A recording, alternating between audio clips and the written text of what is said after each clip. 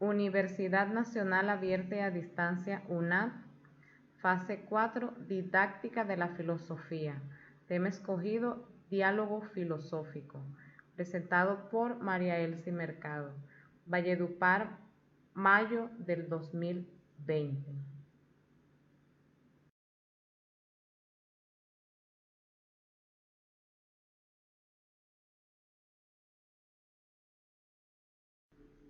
La didáctica de la filosofía pretende establecer cómo se enseña la filosofía, determinar cómo se lleva a cabo el arte de la enseñanza, el arte de la comunicación, del conocimiento de la filosofía.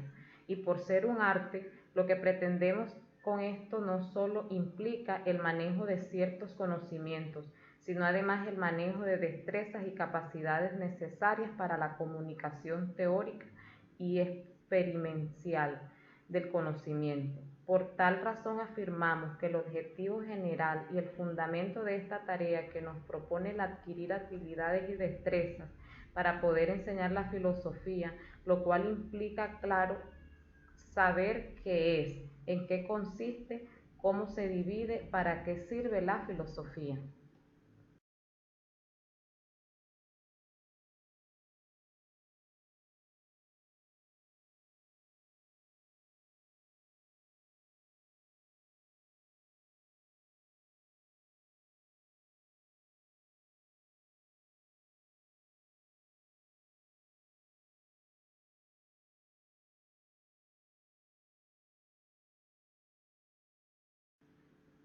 Es menester entonces ubicar la filosofía dentro de la enseñanza, dentro del sistema educativo, elaborar un material didáctico con el cual se pretenda transmitir esta ciencia y además desarrollar una parte práctica de la enseñanza en la que se desarrollan los bloques teóricos, sección que podríamos llamar microclases.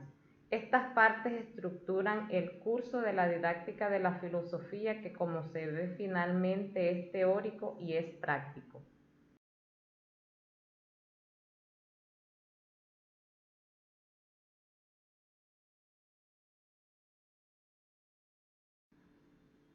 ¿Cuánta teoría?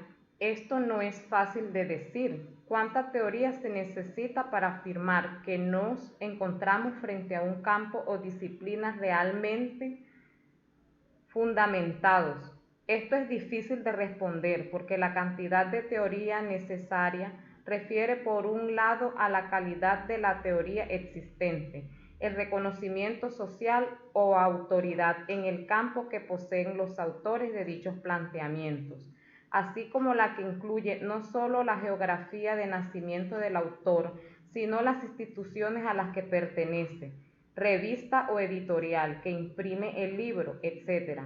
Grosso modo, podría decir que al menos se requieren de unos 100 textos científicos indexados con temáticas orientadas de diferentes que versen sobre el tema, para poder decir que existe una fundamentación en un campo específico. Esto evidentemente no puede reglamentarse por completo a priori, pero podemos vislumbrar cierta orientación respecto a algunos de los requerimientos básicos, tanto en la calidad como en la cantidad de los fundamentos mismos que se encuentran presentes en el campo de las prácticas filosóficas, así como sus distintas ramas. Por lo último, no es suficiente con la existencia de textos científicos. Evidentemente, las personas que realizan prácticas filosóficas tienen que estudiarlos y conocerlos.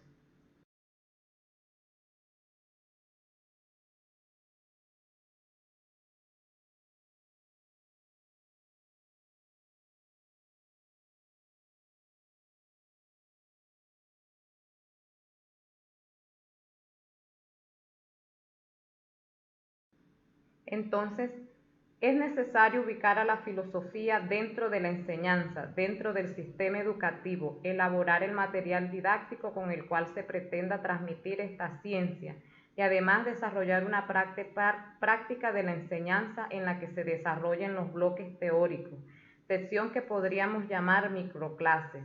Estas partes estructuran el curso de la didáctica de la filosofía que, como se ve finalmente, es teórico y es práctico.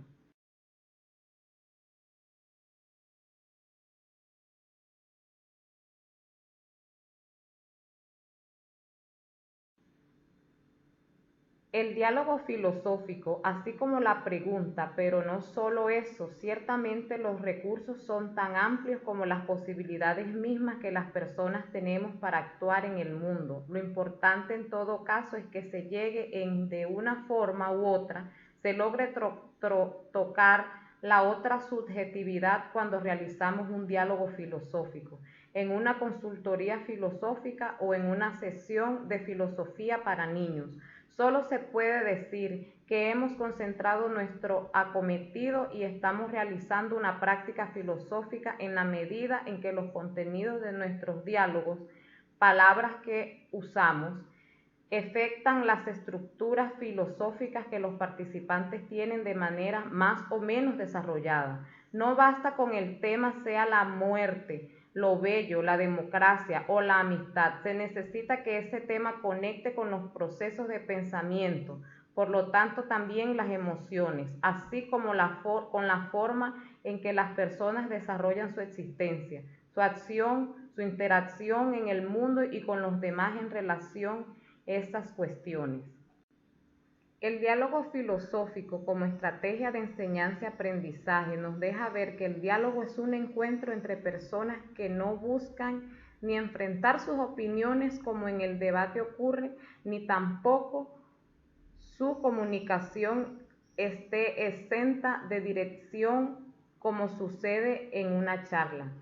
Por eso el diálogo prioriza a las personas, la existencia de un hilo conductor y la apertura hacia nuevas visiones y perspectivas.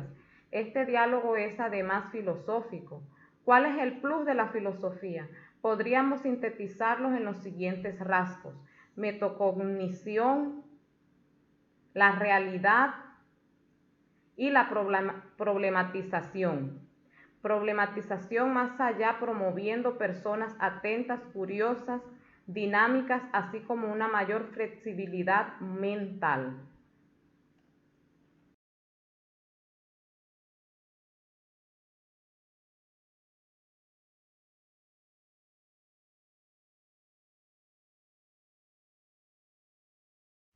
El diálogo filosófico como estrategia de enseñanza y aprendizaje ya queda en el trabajo en las aulas con los estudiantes.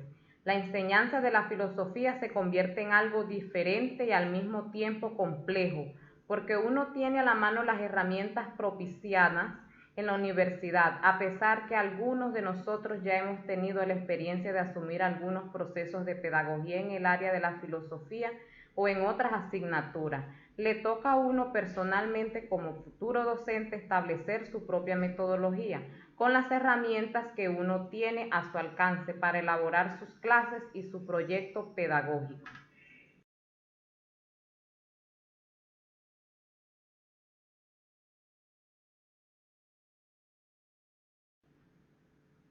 A modo de conclusión, podemos decir que en la labor docente uno puede encontrar en los jóvenes que muchos de ellos han perdido el rumbo académico, en muchos casos debido a la falta de imaginación de sus docentes y la poca creatividad que ellos pueden realizar en clase, no solo de filosofía, sino en todas las demás.